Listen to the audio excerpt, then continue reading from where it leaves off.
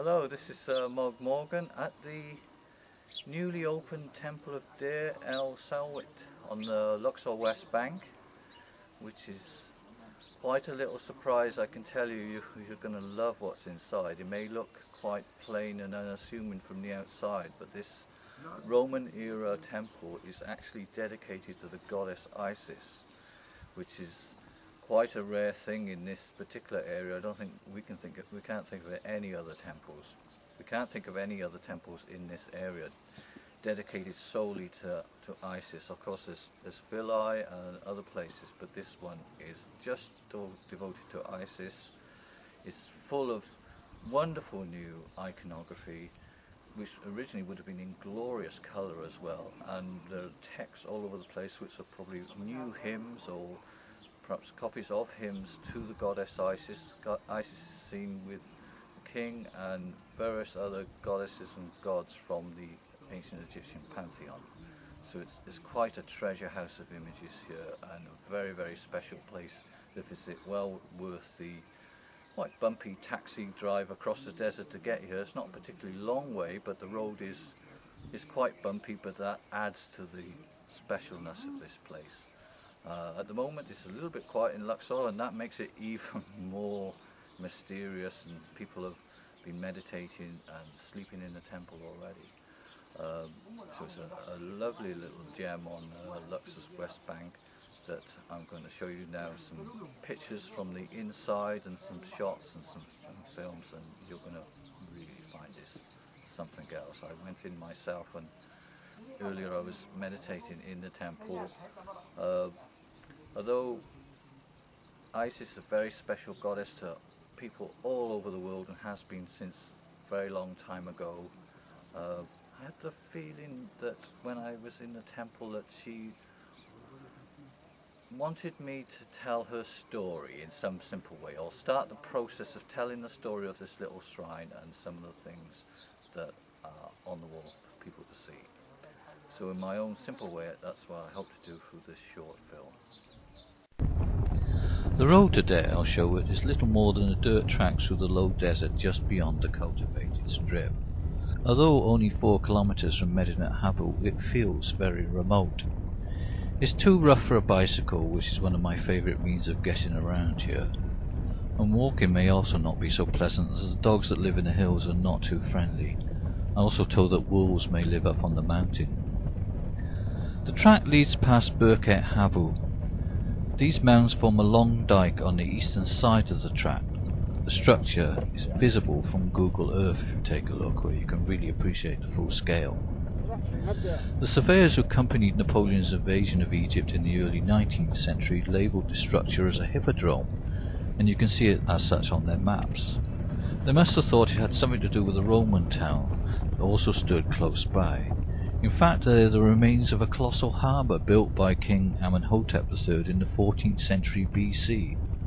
All of his monuments were on such a colossal scale, the most famous being the Colossus of Memnon, which stood guard at the entrance to the remains of his mortuary temple a few miles north of here.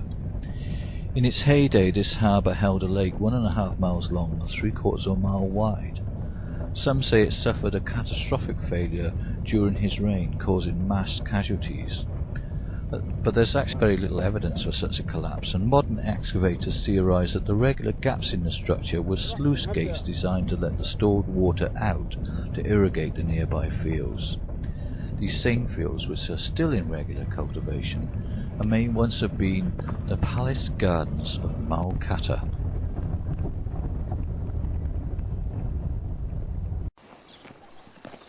The temple is orientated east-west.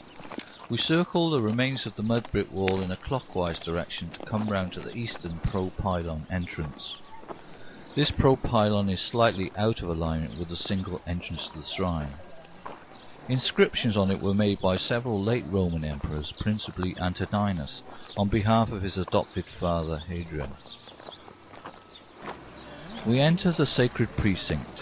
A relatively long causeway leads to the eastern facing door. To our right, the path takes us past a deep sacred well. We walk up a short flight of steps into the main, indeed only door to the shrine.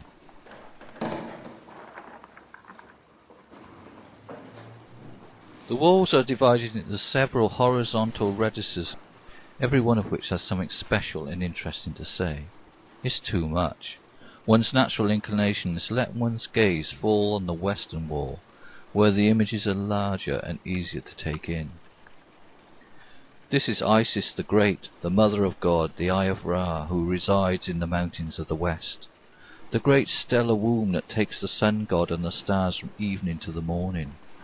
Who makes a sarcophagus into which Ra descends along with his stars, so he can get to his place each day after he has illuminated the underworld and traversed the kingdom of the dead, where those in the afterlife give praise, where his rays merge with the body of Osiris and the discs are combined into one, and after its shining appearance as a child in the morning, it rests in the arms of Isis and Nephthys, going into the horizon after the heavenly crossing in the night bark, enormous in his power.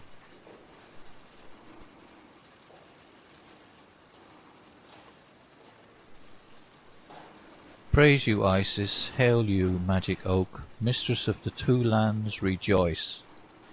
Hail to your car, hail your majesty, great Isis, mother of the gods. The disk it hymns you, it sings to you in your womb. Atom praises you in your body at night, because you are the sky, inside which the sun travels, in whose region find the shining moon and stars in the sky.